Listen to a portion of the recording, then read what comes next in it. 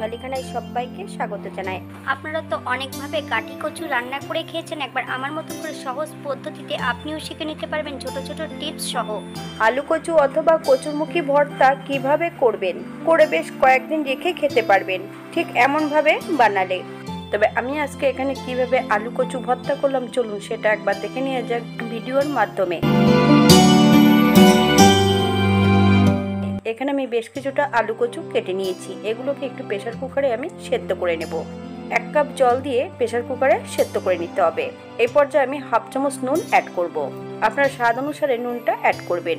Pressure কুকারে 2টো whistle দেওয়ার পর 10 মিনিটের জন্য প্রেসার কুকারটাকে স্ট্যান্ডিং টাইম দিতে হবে।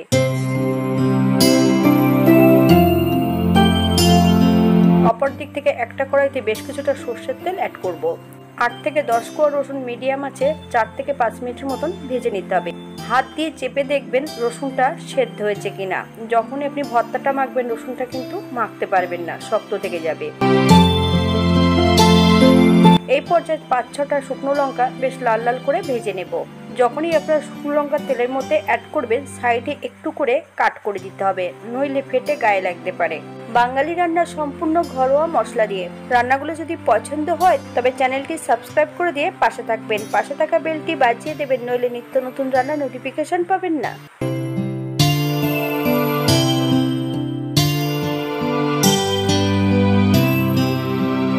একই তেলে 5-6টা কাঁচা লঙ্কা ভেজে নেব।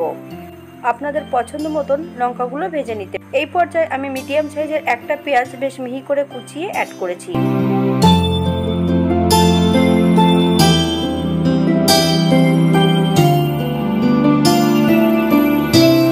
এই পর্যায়ে অ্যাড করব সামান্য একটু নুন। আপনারা স্বাদ অনুসারে নুনটা অ্যাড করবেন। বেশ লাল লাল করে পেঁয়াজগুলোকে ভেজে নিতে হবে, তবে আপনারা আপনাদের পছন্দ মতন পেঁয়াজগুলো ভেজে নিতে পারেন।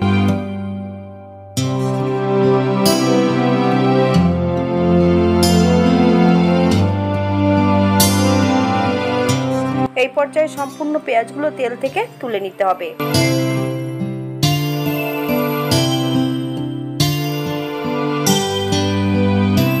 সম্পূর্ণ পেঁয়াজ, রসুন, লঙ্কা এগুলোকে আমি একটু নুন দিয়ে বেশ ভালো করে মেখে নেব। কচুর কাঠিগুলো সেদ্ধ হয়ে গেছে, একই সঙ্গে পেঁয়াজ রসুনের সঙ্গে মেখে নিতে হবে।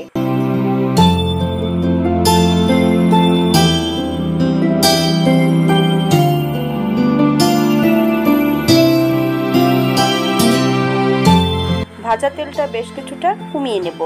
এই পর্যায়ে সম্পূর্ণ কচু মাখাটা অ্যাড করতে হবে। 2 থেকে 3 মিনিটের মতন বেশ মিডিয়াম আঁচে ভালো করে নেড়ে নিতে হবে।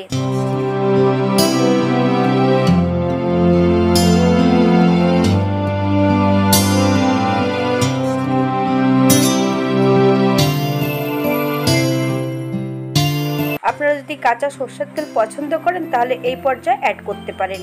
এইভাবে যদি রান্না করা হয় তাহলে কখনোই গলা কুটকুট করবে না বা টক জাতীয় কিছু দেওয়ার প্রয়োজন নেই।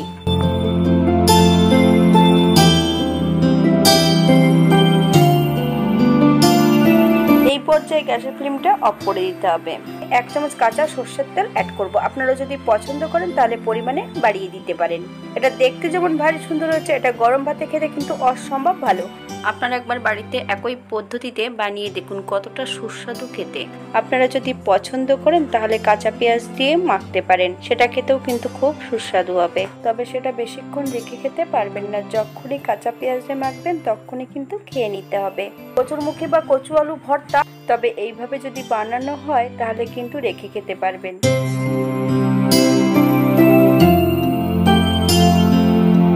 হাতে যদি সময় থাকে তাহলে একটা লাইক, কমেন্ট, শেয়ার করবেন। আজকের ভিডিওটি এই পর্যন্ত। সবাই সুস্থ থাকবেন, ভালো থাকবেন। অন্যদিন নতুন রেসিপি নিয়ে আপনাদের সামনে আবার আমি হাজির হব। নতুন ও পুরনো সকল বন্ধুদের অসংখ্য ধন্যবাদ ভিডিওটি দেখার জন্য।